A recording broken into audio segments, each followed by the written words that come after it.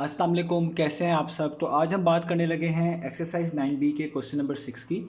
मेरे पास ये बुक 2 है जिसको हम D2 भी बोलते हैं और उसका चैप्टर नंबर 9 चल रहा है जिसका नाम है ज्योमेट्रिकल ट्रांसफॉर्मेशन। तो इस चैप्टर से रिलेटेड बहुत सा कंटेंट मैं अपलोड कर चुका हूँ। इसके बाकी सोल्यूशंस के लिए मैंने एक प्लेलिस्ट बनाई हुई है इस चैप्टर के नेम से अपने चैनल पर। तो अगर आप उस पर इंटरेस्टेड हो तो मैं लिंक डिस्क्रिप्शन में दे रहा हूँ, उस लिंक को फॉलो करके आप उस प्लेलिस्ट तक पहुँच जाएंगे जहाँ पर अभी तक मैंने इस चैप्टर से रिलेटेड सारा कंटेंट अपलोड किया हुआ है। और इन फ्यूचर जो कंटेंट अपलोड करूँगा वो भी आपको इसी प्लेलिस्ट में मिल जाएगा जिसका लिंक मैं डिस्क्रिप्शन में दे रहा हूँ। तो अब स्टार्ट करते हैं इस एक्सरसाइज 9B के क्वेश्चन नंबर 6 को। तो यहाँ पे आप देख सकते हैं क्वेश्चन नंबर 6 में ग्राफ बना हुआ है जिसमें 3 ट्राइंगल्स हैं, उनका नाम A, B और C रखा हुआ है और उसके नीचे कुछ पार्ट्स दिए हुए हैं, ये हमने सॉल्व करके बताने हैं। तो हो सकता है ये वीडियो लेंथी हो जाए, कुछ लंबी बने, क्योंकि ये क्वेश्चन काफ़ी डिफिकल्ट है और इसमें काफ़ी चीज़ें एक वक्त में करनी होती है। तो मैं कोशिश पूरी करूँगा कि आप वो सारी चीज़ें इसके ऊपर समझ पाएँ। अदरवाइज़ मैं पहले से ही कह रहा हूँ कि इस क्वेश्चन में काफ़ी सारी बाइसेक्टर्स बनाने पड़ते हैं, चीज़ों को मिलाना पड़ता है, तो लाइंस वगैरह आती हैं। तो हो सकता है कि आपको चीज़ें समझने में थोड़ी मुश्किल हो, लेकिन मैं पूरी कोशिश करूँगा कि मैं जो बेहतर समझा सकूँ वो मैं आपको समझा दूँ। तो आइए स्टार्ट करते हैं। तो सबसे पहले हम ए पार्ट करेंगे, उसके बाद बी सी को देखेंगे। तो पार्ट नंबर ए में लिखा हुआ है triangle A can be mapped on to triangle B by a rotation. वो कह रहे हैं हम इस ए ट्राइंगल को बी ट्राइंगल के ऊपर मैप कर सकते हैं, यानी इसको उठाकर रोटेट करके इस ट्राइंगल के ऊपर रख सकते हैं। Find the coordinates of the centre of rotation. तो बताएं सेंटर ऑफ रोटेशन के क्या कोऑर्डिनेट्स होंगे। तो सेंटर रोटेशन के अलोंग हम इस बेसिकली ट्राइंगल को उठाकर रोटेट करवाकर इस पे मैप करवा रहे हैं। तो वो कह रहे हैं अगर ये ट्राइंगल ए हम ट्राइंगल बी पर मैप करवाएं रोटेशन करके, तो वो जो कोऑर्डिनेट्स होंगे सेंटर ऑफ रोटेशन के, जो इसकी रोटेशन में जो मदद करेगा ए को बी पर मैप करने के लिए, उसके लिए जो सेंटर ऑफ रोटेशन होगा जिसको हम यूज़ करेंगे, उसके कोऑर्डिनेट्स क्या होंगे, यानी उसके एक्स और वाई कोऑर्डिनेट्स क्या होंगे। दूसरा पार्ट है find the angle of rotation, और वो जो एंगल आएगा जिसके अलोंग यानी जिसके लिहाज से, यानी 90 डिग्री हो सकता है, 180 हो सकता है, जितना भी एंगल जो आपने यूज़ किया है इसको रोटेट करवाने में, एंगल ट्राइंगल ए को ट्राइंगल बी पर मैप करवाने के लिए, वो भी निकाल कर बताएं। तो पहले हमने ये काम करना है। तो मैं इसी के ऊपर कर रहा हूँ, पहली बार मैं बुक पर कुछ चीज़ें सॉल्व कर रहा हूँ, वो भी मेरी मजबूरी है, क्योंकि मैं अगर इस चीज़ को बार बार ड्रॉ करूँगा या इसको कहीं और ड्रॉ करूँगा तो वो मुश्किल होगी मेरे लिए। तो इसलिए मैं इसी के ऊपर करूँगा। तो हमने सबसे पहले सेंटर ऑफ रोटेशन निकाल कर दिखाना है। तो सेंटर ऑफ रोटेशन कैसे निकलता है ये आपको पहले समझना है। तो उसके लिए मैं क्या करूँगा, सबसे पहले मैं इन ट्राइंगल्स के जो वर्टिसेस है ना, इनके नाम रख लूँगा। लाइक ये ट्राइंगल ए है, इसके इस वाले वर्टिस का नाम मैं पी रख लेता हूँ, इसका नाम मैं क्यू रख लेता हूँ और इसका नाम मैं आर रख लेता हूँ। इसी तरीके से मैं जिस ट्राइंगल पे इसको मैप करवा रहा हूँ ट्राइंगल बी पे, क्योंकि मैंने इसको रोटेट किया है और वो इस तरह का बन गया है, तो आपने ये इमेजिन कर लेना है, इसको थोड़ा सा अपने दिमाग में सोचना है कि ये ट्राइंगल को किस तरीके से उठाकर इस पर रखा जाए रोटेट करके कि वो इस तरह का बन गया है। तो ये वाले जो पॉइंट्स होंगे अब ये चेंज हो जाएंगे। पॉइंट्स का मतलब ये वाले वर्टिसेस जो हैं इनकी पोजिशनिंग यहाँ पे चेंज होगी। तो ये जो पी था, जब आपने इसको रोटेट करके यहाँ पे रखा है, वो आपको नज़र भी आ रहा है कि इसका जो ये कॉर्नर वाला एंड है, यानी ये टिप जो है ये डाउनवर्ड लग रही है। तो ये जो क्यू है ना, ये बेसिकली आ गया होगा डाउनवर्ड, और क्योंकि रोटेट करने के बाद आएगा तो आप इस पर एक प्राइम जो है ना वो यूज़ करेंगे। ठीक है, इसी तरीके से आप देखें जो P है, ये भी जब आप रोटेट करेंगे तो ये वाला जो P है ये यहाँ पे आ गया होगा, ये आप इमेजिन कर सकते हैं। तो इसको बना लें P प्राइम, और ज़ाहिर बात है P प्राइम ये हो गया, Q प्राइम ये हो गया, तो ज़ाहिर बात है ये वाला जो एंड है इसका नाम R प्राइम ही होगा। तो इस तरीके से हमने यहाँ तक कर लिया। अब आपने क्या करना है, इनके कॉरस्पॉन्डिंग वर्टिसेस को ज्वाइन कर देना है। जैसे Q का कॉरस्पॉन्डिंग वर्टिस जो है वो Q प्राइम है, तो आप क्या करें, Q को Q प्राइम से ज्वाइन कर दें। तो मैं यहाँ पे करने लगा हूँ, बहुत ध्यान से ज्वाइन करना है, कोई गलती नहीं होनी चाहिए। तो जो Q है उसको मैं यहाँ पे ज्वाइन, Q प्राइम को Q से ज्वाइन कर देता हूँ। तो ये आपके पास लाइन है यहाँ पे। मैं इसको थोड़ा और बेहतर बना रहा हूँ क्योंकि इसमें बहुत एहतियात की ज़रूरत है, थोड़ी सी भी गलती अगर हुई तो सारा काम जो है हमारा ख़राब हो जाएगा। तो ये मैंने इसको ज्वाइन कर दिया Q को Q प्राइम से। इसी तरीके से मुझे अब R को R प्राइम से ज्वाइन कर देना। कोई से भी दो वर्टिसेस को आप ज्वाइन कर सकते हैं। मैं यहाँ पे Q और R को जस्ट ज्वाइन कर रहा हूँ। तो यहाँ पे मैंने देखें इसको ज्वाइन करना है, तो मैं इसको थोड़ा सा और टिल्ट करना पड़ेगा मुझे, क्योंकि लाइन बिल्कुल स्ट्रेट होनी चाहिए। थोड़ी सी भी अगर गलत हुई तो इसका मतलब है हमारे पास एंगल गलत आएंगे। तो ये मैंने ज्वाइन कर दिया। जब आप ये ज्वाइन कर देंगे उसके बाद आपने दोनों लाइंस के परपेंडिकुलर बाइसेक्टर निकालने हैं, यानी पहले Q प्राइम के परपेंडिकुलर बाइसेक्टर निकालने हैं, फिर R और R प्राइम के भी परपेंडिकुलर बाइसेक्टर निकालने हैं, और जो आंसर एंड पे आएगा जो यानी जहाँ पे वो मीट करेंगे उस पॉइंट को हम बोलते हैं सेंटर ऑफ रोटेशन। तो पहले मैं बात करता हूँ क्यू और क्यू प्राइम के परपेंडिकुलर बाइसेक्टर निकालना। तो परपेंडिकुलर बाइसेक्टर का मतलब होता है ऐसी लाइन जो इस लाइन को यानी क्यू क्यू प्राइम को बाइसेक्ट करेगी, उसके दो हाफ्स बना देगी और उसके अंदर जो एंगल बनेगा वो 90 डिग्री होगा। अब इसको निकालने का तरीका क्या होता है, आप किसी भी एक एंड पे जिस लाइन पे आप परपेंडिकुलर बाइसेक्टर निकालने लगे हैं, आपने रखनी है इस तरीके से कंपास और उसको हाफ से ज़्यादा खोलना है। जैसे मैं कह रहा हूँ कि इसका हाफ यहाँ तक बनता है, तो मैं इसको हाफ से थोड़ा सा ज़्यादा खोल लूँगा, थोड़ा सा ज़्यादा, ठीक है। और आपने यहाँ पे रख के एक आर्क ऊपर लगानी है और एक नीचे, तो मैं एक ऊपर लगा देता हूँ, ये एक ऊपर लगा दी और एक ये नीचे लगा दी इस तरीके से, ठीक है, लाइट सी लगा दी है। अब दूसरे, इसको चेंज नहीं करना है इस कंपास को बिल्कुल, इसको अब दूसरे पॉइंट पे रखना है क्यू प्राइम पे और एक आर्क इस तरह फिर दोबारा ऊपर लगाएंगे तो देखिए वो कहीं ना कहीं कट करेगी, और एक आर्क नीचे लगाएंगे तो वो भी कहीं ना कहीं कट करेगी। अगर ना कट करे तो आप वापस उसी वाले पॉइंट पे आके इसको चेंज कर सकते हैं, यानी इसको थोड़ा सा बढ़ा सकते हैं। जिस तरह देखिए मैंने बढ़ाया तो अब ये कट कर गई है।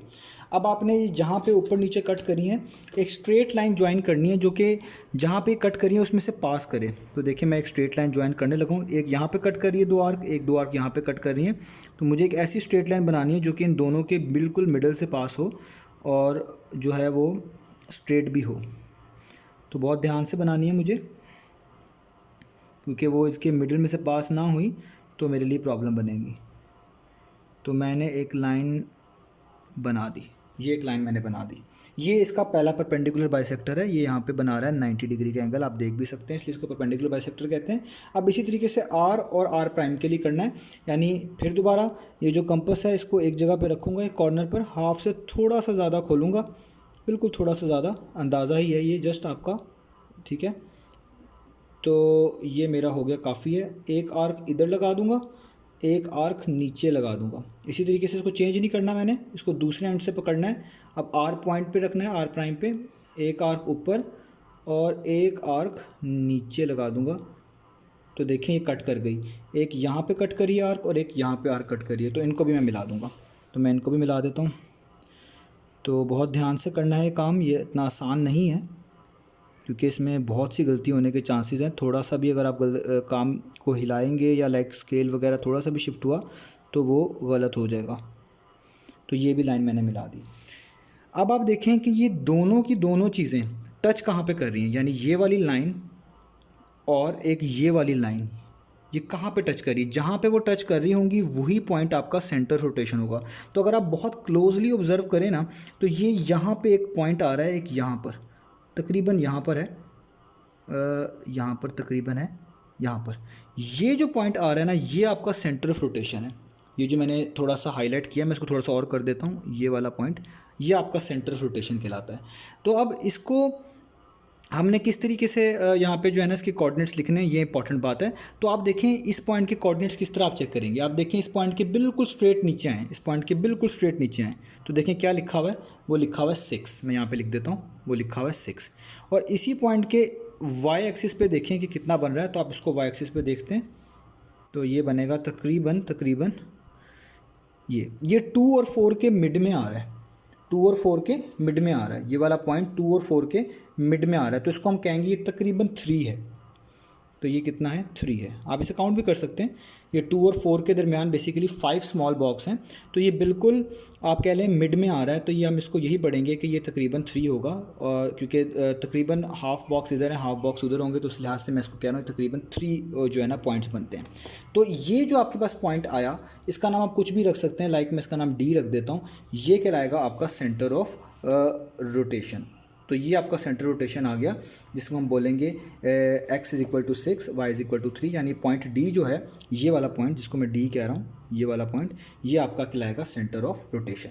तो यहाँ तक हमने इसका पार्ट नंबर 1 कर लिया। तो अब आपको पता चल गया होगा इसमें और कुछ भी नहीं करना, यानी जो मैंने चीज़ें यहाँ पे बताई हैं ये आपको बनानी पड़ेंगी। तो इसके अंदर और कोई सोल्यूशन नहीं है, वो मैंने आपको करके यहाँ पे इसी के ऊपर दिखा दिया है कि ये जो इसकी एंगल ऑफ रोटेशन आती है, सेंटर रोटेशन आता है, वो 6-3 आता है। ये वाला पॉइंट है, इसके आप नीचे देखें तो एक्स कोऑर्डिनेट 6 बनता है, और इसको आप ऊपर देखें तो ये तकरीबन 2 से थोड़ा सा आगे है, या तो आप कह लो कि ये 3 है। तो 2 और 4 के दरमियान ये 3 बनता है। तो यहाँ तक हो गया, ये इसका पार्ट नंबर 1 हो गया। अब इसका एंगल ऑफ रोटेशन निकालना है। तो एंगल ऑफ रोटेशन निकालने के लिए मुझे ये जो है ऐसी लाइन चाहिए जो इस सेंटर ऑफ रोटेशन से पास हो रही हो और दो पॉइंट्स को जोड़ रही हो। तो देखिए वो पहले से मौजूद है, ये सेंटर रोटेशन है आपका, और ये वाली इसमें से एक लाइन पास हो रही है जो कि क्यू प्राइम से भी मैच कर रही है और क्यू से भी मैच कर रही है। इसी तरीके से एक लाइन ये भी मौजूद है आर प्राइम जो इसमें से भी जा रही है और इसमें से भी जा रही है। तो अगर वो पॉइंट जो सेंटर रोटेशन है वो ऐसी लाइन पर मौजूद हो जो कि दो वर्टिसेस को जोड़ रहा हो, तो आपने उसी के ऊपर डी रखना है और आपको एंगल पता चल जाएगा। वैसे तो ये बिल्कुल स्ट्रेट लाइन है, तो अगर आप देखें इस पर मैं इस तरीके से डी रखता हूँ इस वाले पॉइंट पे, तो ये टोटल एंगल आप देखें कितना बन रहा है यहाँ पे। तो ये बन रहा है आपके पास 180 का। ये बहुत क्लियर है क्योंकि यहाँ पे आपके पास इस चीज़ को इस तरह बनाने में यही बात समझ भी आती है कि इसको बिल्कुल 180 का शिफ्ट दिया गया है तभी जाके ये बना है। तो ये जो पूरा एंगल है यहाँ से लेकर यहाँ तक, ये पूरा एंगल, ये आपको पता है स्ट्रेट लाइन पे जो पूरा एंगल होता है इसको हम बोलते हैं बेसिकली 180 डिग्री। ये बिल्कुल स्ट्रेट लाइन है, आप देखें क्यू से लेके क्यू प्राइम तक बिल्कुल स्ट्रेट लाइन है। इसका मतलब है टोटल एंगल कितना बन रहा है 180 डिग्री। तो आप इसलिए इसका दूसरे पार्ट का आंसर लिख देंगे 180 डिग्री। सेंटर रोटेशन का आप लिख देंगे 6,3। तो ये आपके पास आ गया पार्ट नंबर ए का आंसर। अब पार्ट नंबर बी का आंसर है, उसके लिए करने के लिए मुझे फिर से इस पर कंस्ट्रक्शन करनी पड़ेगी, इसलिए मैं पहले ये चीज़ मिटा रहा हूँ ताकि वो बहुत सारी चीज़ें मैसअप ना हो जाए, कुछ मतलब बहुत ही काफ़ी सारा चीज़ें एक साथ आ जाएंगी तो आपको समझने में मुश्किल होंगी। तो ये मैंने ए पार्ट इसका कर दिया है, अब बी पार्ट करते हैं। तो अब हमने सेम प्रोसेस इधर बी पार्ट में करना है। मैं सारी चीज़ें यहाँ पे रब कर चुका हूँ, तो उसके अपॉलॉजीज़ भी हैं कि मैं पहली बार यहाँ बुक पे ही सारी चीज़ें कर रहा हूँ। मेरी मजबूरी है क्योंकि इस चीज़ को बार बार ड्रॉ करना और बार बार चीज़ें इसको बनाना काफ़ी जो है ना मुश्किल हो जाता है। तो इसी वजह से मैंने सोचा कि मैं इसी के ऊपर चीज़ें जो है ना कर दूँगा। तो अब यहाँ पे बी पार्ट है, तो हम इसको रीड करते हैं। लिखा हुआ है triangle C can be mapped on to triangle A. अब ये सी वाला ट्राइंगल ए पर मैप किया जा रहा है, पहले ए वाला बी पे कर रहे थे, अब सी वाला ए पर मैप करना है। तो उसमें भी वही चीज़ें निकाल कर दिखानी है, find the coordinates of centre rotation और द एंगल ऑफ रोटेशन। यानी वही दो चीज़ें जो ऊपर निकाली थी वही यहाँ पर भी निकालनी है, बस ट्राइंगल्स चेंज हो गए हैं। वहाँ पे ए और बी की बात हो रही थी, यहाँ पे अब ए और सी की बात हो रही थी। तो काम वही रहेगा, वही सेम प्रोसेस करना है सारा का सारा। तो अब आप देखिए सी को ए पे मैप कर रहे हैं, ठीक है। तो मैं आपको इसके जो है ना पॉइंट्स कोई भी आप लिख सकते हैं, मैं आपको जस्ट समझाने के लिए पहले ए के लिख रहा हूँ। वैसे सी मैप हो रहा है तो पहले सी के लिखेंगे बाद में ए के लिखेंगे, लेकिन समझाने के लिए मैं आपको बस बता रहा हूँ यहाँ पे। लेट से अब ये वाला कोऑर्डिनेट का नाम मैं रख देता हूँ, लेट से इसका नाम चेंज कर देते हैं हम, इसका नाम मैं LMN रख देता हूँ। आप कुछ भी रख सकते हैं, मैं इसका नाम रखता हूँ LM और इसका नाम रखता हूँ N। तो जाहिर बात है आप देखें ये वाला जब आपने इसको रोटेट किया इस जैसा बन गया, इसका मतलब है ये इस तरीके से हो गया है, यानी यहाँ पे ये इस तरीके से हो गया। यानी ये जो L है बेसिकली ये यहाँ पे है और ये जो N है ये बेसिकली यहाँ पे है, और ये जो कॉर्नर है ये रोटेट होने के बाद यहाँ पे आ गया होगा। तो अब आप इनके नाम रख लें, क्योंकि सी को मैप किया गया है ए पे तो इसलिए इसके प्राइम आएंगे। जिसमें मैप किया होता है जो नई फाइनल फिगर होती है उसको हम प्राइम से रिप्रेजेंट कर देते हैं। तो इस पर भी प्राइम लगा देता हूँ, इस पर भी लगा देता हूँ और इस एन पे भी प्राइम लगा देता हूँ। तो ये हमने इसके नाम रख लिए। अब वही वाला काम, इनके जो कॉरस्पॉन्डिंग वर्टिसेस हैं उसको आपने जोड़ना है। अब आपके पास एक तो चॉइस ये है आप एम को और एम प्राइम को जोड़ दें, और एक चॉइस ये आप एल को और एल प्राइम को जोड़ दें। तो मैं क्या करता हूँ, यहाँ पे एन और एन प्राइम भी मौजूद हैं, तो एन और एन प्राइम तो बहुत छोटे हैं, बहुत करीब हैं, तो मेरा ख्याल है इसके अलावा किसी को जोड़ लेते हैं। तो पहले एम और एम प्राइम को जोड़ देते हैं। तो मैं यहाँ पे एम और एम प्राइम को जोड़ लेता हूँ। तो बहुत ध्यान से जोड़ना है आपने, क्योंकि अगर थोड़ी सी भी गलती हुई तो आपके आंसर्स में फ़र्क आएगा। तो ये मैंने एम और एम प्राइम को जोड़ दिया। अब मैं यहाँ पे अगली भी मैंने एल और एल प्राइम को भी जोड़ना है, लेकिन पहले मैं इसका बाइसेक्टर निकाल लेता हूँ ताकि चीज़ें आसान रहें। तो तरीका अब आपको समझ आ गया होगा। एक पॉइंट पे रखनी है अपने कंपास, हाफ से ज़्यादा ओपन करनी है, तकरीबन हाफ से ज़्यादा ओपन करनी है।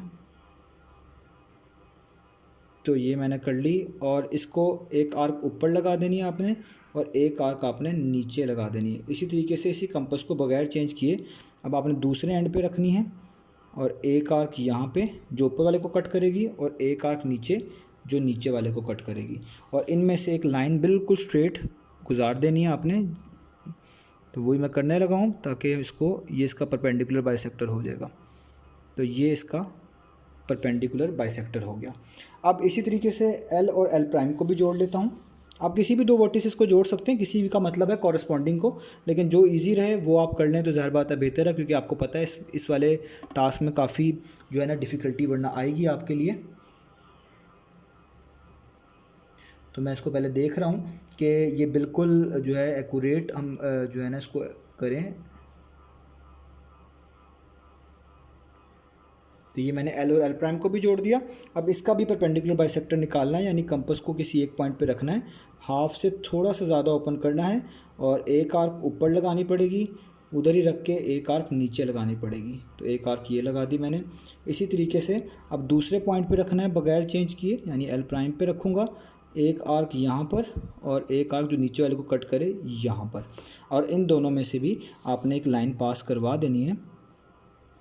तो बहुत ध्यान रखना, ये मिक्सअप हो सकती हैं क्योंकि काफ़ी सारी चीज़ें एक वक्त में कर रहे होते हैं, तो हो सकता है ये आपसे थोड़ी सी मिक्सअप हो, लेकिन एक दो बार ट्राई के बाद आप इसको समझ जाएंगे। तो देखिए मैंने ये भी कर दी।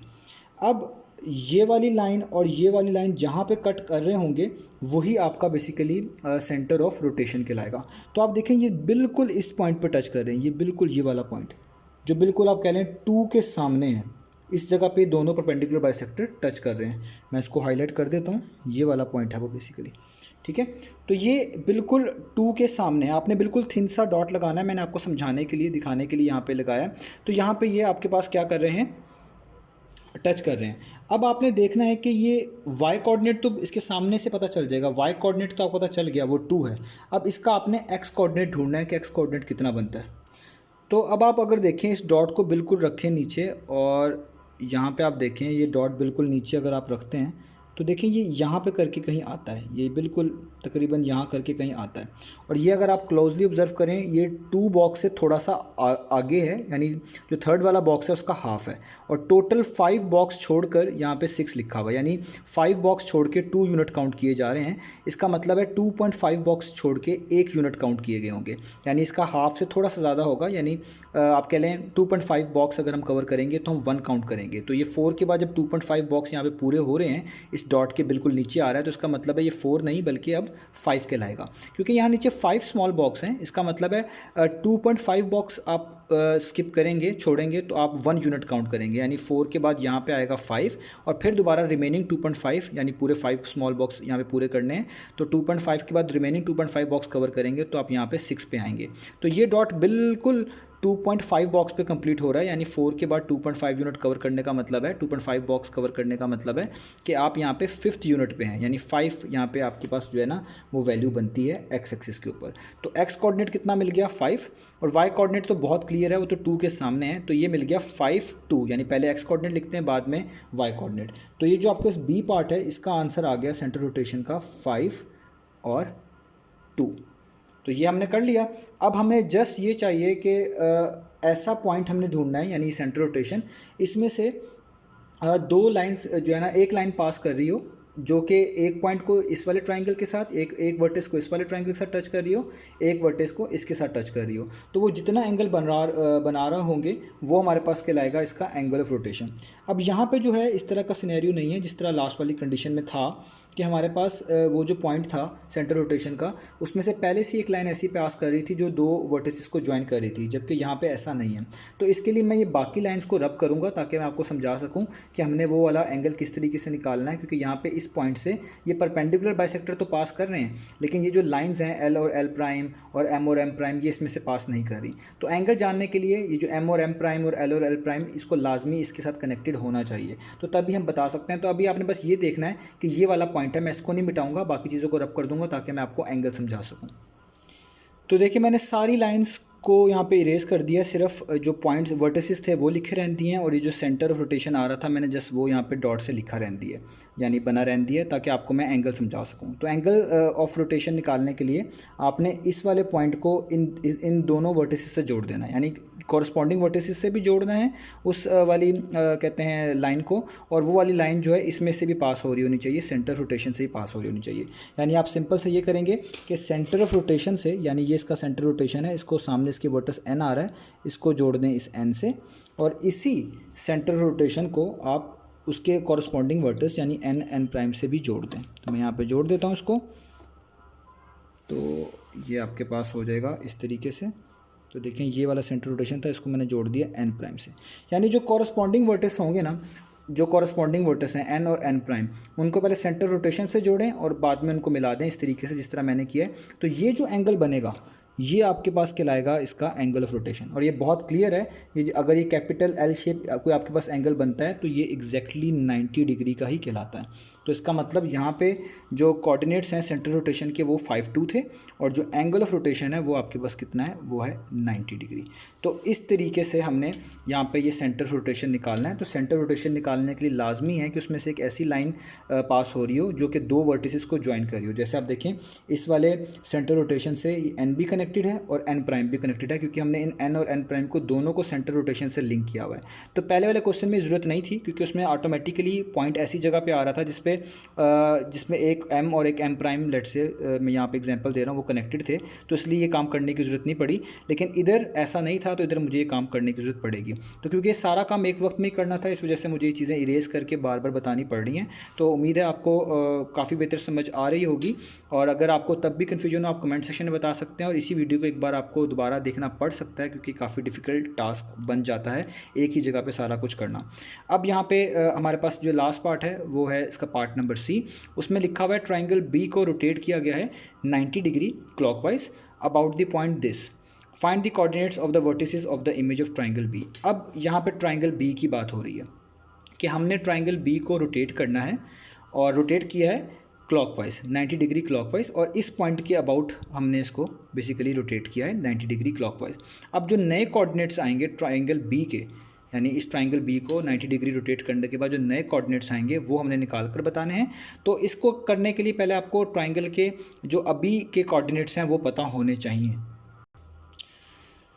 तो वो जो कोऑर्डिनेट्स हैं हमें पहले ओरिजिनल ट्राइंगल के क्या पता होने चाहिए, वो मैं यहाँ पे लिखने लगा हूँ। तो देखिए पहला कोऑर्डिनेट तो ये है, यानी ये जो कॉर्नर्स हैं इन ट्राइंगल के जिनको वर्टिसेस भी बोलते हैं, हमें इनके कोऑर्डिनेट्स पता होने चाहिए। तो पहला कॉर्नर तो ये है, इसके नीचे 10 लिखा हुआ है, और ये किसके सामने लिखा हुआ है, ये 2 के सामने लिखा हुआ है। 2 के सामने है ये वाला पॉइंट, यानी ये वाला कॉर्नर ट्राइंगल का, और 10 के ऊपर है, तो उसको हम लिखेंगे 10,2, यानी ये हमारे पास पहला वर्टस हो गया। ठीक है, अब इसको चेक करने के लिए जो यहाँ पे है ये आप देखें किसके नीचे है, ये एग्जैक्टली नीचे है 8 के, और ये किसके सामने है यहाँ पे, ये है 4 के सामने। 4 के बिल्कुल पैरेलल ये है, और बिल्कुल 8 के नीचे है, यानी इसका एक्स कोऑर्डिनेट तो हो गया 8 और वाई हो गया 4। दो हमें पता चल गए। अब ये लास्ट वाला है, लास्ट वाले को देखें तो अगर आप इसको बिल्कुल नीचे लेके आएँ तो ये यहाँ पे आके कहीं स्ट्राइक करेगा, और ये भी 2 से हाफ आप कह लें 2.5 बॉक्स पे कहीं कट करेगा, यानी 2 बॉक्स यहाँ पे छोड़ने पड़ेंगे, और जो थर्ड बॉक्स होगा उसका हाफ करेंगे तो यहाँ पे कट करेगा ये कहीं पे। और मैंने आपको अभी यहाँ पे बताया है कि जो 2.5 बॉक्स का मतलब है 1 यूनिट, क्योंकि यहाँ पे 5 बॉक्स छोड़कर यूनिट काउंट किए गए हैं, 2 यूनिट्स काउंट किए गए हैं। तो इससे आप ये कह सकते हैं कि जो 2.5 यूनिट्स जो होंगे, यानी 2.5 बॉक्स जब आप कवर करेंगे तो उसका मतलब 1 यूनिट लिया जाएगा। तो इसका मतलब है 10 के बाद 2.5 बॉक्स आपने कवर किए हैं तो ये 11 लिया जाएगा। तो इसका मतलब ये 11 के एग्जैक्टली ऊपर है, यानी इसका एक्स कोऑर्डिनेट 11 है, और 21 के बिल्कुल सामने, ये भी बिल्कुल 4 के ही सामने है, तो इसका मतलब वाई कोऑर्डिनेट इसका 4 होगा। तो ये हमने 3 वर्टिसेस निकाल लिए हैं। अब हमने इसको रोटेट करना है 90 डिग्री क्लॉकवाइज पे, और किस पॉइंट के अबाउट, 4 6 के अबाउट। तो ये मैं आपको करके दिखाने लगा हूँ। ये एग्जैक्टली बिल्कुल आप कह लें एक तरह का क्वेश्चन नंबर 2 से मिलता जुलता है, क्वेश्चन नंबर 3 से, आप इनको भी देख सकते हैं इसको समझने के लिए। तो अब हम करने जा रहे हैं इसको रोटेट। तो अब मैं जो पॉइंट्स मैंने भी आपको बताए हैं, यानी जो वर्टिसेस मैंने बताए वो मैं यहाँ पे लिखने लगा हूँ। तो एक वर्टिस है उसमें से 10,2, और एक उस ट्राइंगल बी का वर्टिस है जिसका नाम है 11,4, और एक वर्टिस जो है उसका नाम है आपके पास 8,4। तो ये 3 वर्टिस थे जो मैंने आपको अभी अभी बताए हैं कि जो वहाँ पे मैंने अभी आपको ग्राफ पे मेंशन करके बताए हैं। अब हमने इन सब को किसके अबाउट रोटेट करना है 90 डिग्री क्लॉकवाइज, हमने इन सब को रोटेट करना है अबाउट कोऑर्डिनेट 4 6। तो आपने याद रखना है जब भी हम किसी चीज़ को रोटेट करते हैं किसी पॉइंट के अबाउट, तो हम उस पॉइंट को इन सब पॉइंट में से पहले माइनस करते हैं। इससे क्या होता है कि ये पॉइंट्स जो है ना सेंटर पे आ जाते हैं, और उन पे हम रोटेशन के जो रूल्स है वो लगा सकते हैं। जो रोटेशन के रूल्स बनाए हुए हैं किसी भी चीज़ को 90 डिग्री रोटेट करने के लिए, वो सेंटर के लिहाज से बनाए हुए हैं। तो हम इसको पहले सेंटर पे लेके आते हैं। उसके लिए क्या करना पड़ता है, जिसके अबाउट आप कर रहे होते हैं अगर वो ओरिजिन पे ना हो, यानी उसकी कोऑर्डिनेट 0 0 ना हो, तो उसको सेंटर पे लाने के लिए आपने इन सब पॉइंट्स को जो है ना इस वाले पॉइंट से माइनस करवाना होता है। तो देखिए मैं इनका नाम रख लेता हूँ ताकि मेरे लिए आसानी हो। लेट से ये पॉइंट है मेरे पास ए, ये पॉइंट है मेरे पास बी, और ये मेरे पास पॉइंट है सी। तो पहले ए पॉइंट को इसमें से माइनस करवाऊंगा। तो एक्स को एक्स कोऑर्डिनेट से माइनस करवाएं, वाई को वाई से। तो 10 - 4 करूंगा तो मेरे पास एक नया कोऑर्डिनेट आएगा जिसका नाम होगा A0। उसका एक नाम रख रहा हूँ। 10 - 4 होते हैं 6, और 2 - 6 होंगे मेरे पास -4। इसी तरीके से जब मैं बी को इस पॉइंट से माइनस कराऊंगा, एक नया पॉइंट आएगा जो कि अब सेंटर पे होगा, जिसको मैं रख रहा हूँ बी नॉट से। तो 11 माइनस 4 कराऊंगा तो वो आएगा 7, और 4 माइनस 6 करवाऊंगा तो वो आएगा -2। इसी तरीके से सी पॉइंट को इसमें से माइनस कराऊंगा तो एक नया पॉइंट आएगा सी नॉट। तो 8 माइनस 4 करवाऊंगा वो आएगा 4, और 4 माइनस 6 करूँगा तो वो आपके पास आएगा -2। अब ये जो पॉइंट्स होते हैं इनका ये सेंटर पे आ जाते हैं, यानी इनका हम ओरिजिन सेट कर देते हैं, ये सेंटर पे आ जाते हैं। इस पे हम रोटेशन लगाएंगे। तो जब भी किसी चीज़ को 90 डिग्री आप क्लॉकवाइज रोटेट करना चाहते हैं, जैसे यहाँ पे इस क्वेश्चन में लिखा हुआ है सी वाले पार्ट के अंदर कि आपने इसको क्लॉकवाइज रोटेट करना है, तो हम ये वाला रूल लगाते हैं कि जो एक्स और वाई होते हैं, यानी यहाँ पे जो कोऑर्डिनेट्स होते हैं, जैसे यहाँ पे एक एक्स कोऑर्डिनेट होगा, वाई कोऑर्डिनेट होगा, आपने इसको चेंज कर देना होता है। जो वाई कोऑर्डिनेट होता है वो पहले लिख देना होता है, और जो एक्स कोऑर्डिनेट होता है वो यहाँ पे आ जाता है और उसका साइन चेंज कर देते हैं। तो हम कहते हैं हमने इस चीज़ को रोटेशन करवा दी, उसकी 90 डिग्री क्लॉकवाइज इसको रोटेट करवा दिया। तो अब इस पॉइंट को अगर मैं रोटेट करवाऊँ तो ये किस तरह बनेगा, ये पॉइंट मेरे पास आएगा रोटेट होने के बाद, ये और ये इनकी पोजीशन चेंज हो जाएगी, यानी -4 पहले आ जाएगा और 6 बाद में आ जाएगा, और उसका साइन चेंज कर देंगे, +6 है तो ये -6 हो जाएगा। इसी तरीके से मैं इसको चेंज करवाऊँ तो ये मेरे पास आ जाएगा रोटेट होने के बाद, तो ये इनकी पोजीशन चेंज कर दें, -2 यहाँ पे आ जाएगा, 7 यहाँ पे आएगा, इसका साइन चेंज कर दें, यानी ये नेगेटिव हो जाएगा, पहले पॉजिटिव था। इसी तरीके से मैं सी नॉट को देखूँ तो ये भी चेंज हो जाएगा, ये -2 यहाँ पे आ जाएगा, 4 उसकी जगह पे जाएगा और चेंज कर देंगे साइन, तो ये आ जाएगा यहाँ पर। अब ये आपने रोटेशन करवा दी, आपने 90 डिग्री क्लॉकवाइज इसको करवा दिया, लेकिन प्रॉब्लम ये होती है क्योंकि आप ये चीज़ माइनस कर रहे होते हैं पहले और इसको सेंटर पे लेके आ रहे होते हैं, तो जब आप रोटेशन करवा देते हैं आपको ये चीज़ वापस करनी पड़ती है क्वेश्चन में, यानी ये चीज़ वापस ऐड करनी पड़ती है ताकि वो अपने ओरिजिनल लोकेशन पे चले जाएँ रोटेट करने के बाद। तो अब आपने जो ये वाला पॉइंट है ये वापस इनमें ऐड करवा देना, यानी इन सब में ये वाला पॉइंट आपने वापस ऐड करवा देना, जिसका नाम आपने रखा हुआ था 4 6, जिसके अबाउट हम रोटेट कर रहे थे। तो अब हम क्या करेंगे, हम ये वाली चीज़ें दोबारा ऐड करवाएंगे। तो देखिए -4 में 4 ऐड करवाऊंगा, तो मैं अब एक इसका नाम रख लेता हूँ नया A प्राइम या A डबल प्राइम कर देता हूँ। तो -4 में 4 ऐड करवाएंगे, ये आ जाएगा 0, -6 में 6 ऐड करवाएंगे, ये आ जाएगा 0, यानी जो नया ट्राइंगल बनेगा रोटेट होने के बाद उसका एक कोऑर्डिनेट तो 0 0 पे होंगे। इसमें भी ये करेंगे, -2 में मैं 4 ऐड करवाता हूँ, तो ये पॉइंट भी एक नया पॉइंट बनेगा जिसका नाम रख देता हूँ B डबल प्राइम। नाम आप कुछ भी रख सकते हैं, मैं जस्ट अपनी मर्जी से रख रहा हूँ। -2 में 4 ऐड करवाएंगे तो ये आ जाएगा 2, -7 में 6 ऐड करवाएंगे तो -7 + 6 होता है आपके पास -1, तो एक पॉइंट तो ये आ जाएगा। इसी तरीके से ये वाला पॉइंट निकालने के लिए मैं इसको इसमें ऐड करूँगा, तो ये पॉइंट एक बनेगा C डबल प्राइम। तो -2 में जब आप 4 ऐड करवाएंगे तो ये आ जाएगा 2, और -4 में जब आप 6 ऐड करवाएंगे तो ये भी आ जाएगा 2। तो ये मेरे पास वो कोऑर्डिनेट्स आ जाएंगे जो हमें रिक्वायर्ड थे पार्ट नंबर सी में, क्वेश्चन नंबर 6 के। तो हमने ये क्वेश्चन यहाँ पे फ़िलहाल जो है फाइनली ख़त्म कर लिया है। ये बहुत डिफ़िकल्ट क्वेश्चन है, मैं खुद से बता चुका हूँ, मुझे खुद भी पता है कि ये चीज़ इससे भी बेहतर हो सकती थी, लेकिन मैंने अपनी पूरी ट्राई करी है। उम्मीद है आपको समझ आ गई होगी। अगर आपको कोई कन्फ्यूजन है तो आप मुझे कमेंट सेक्शन में बता सकते हैं। तो ये था एक्सरसाइज 9B का क्वेश्चन नंबर 6।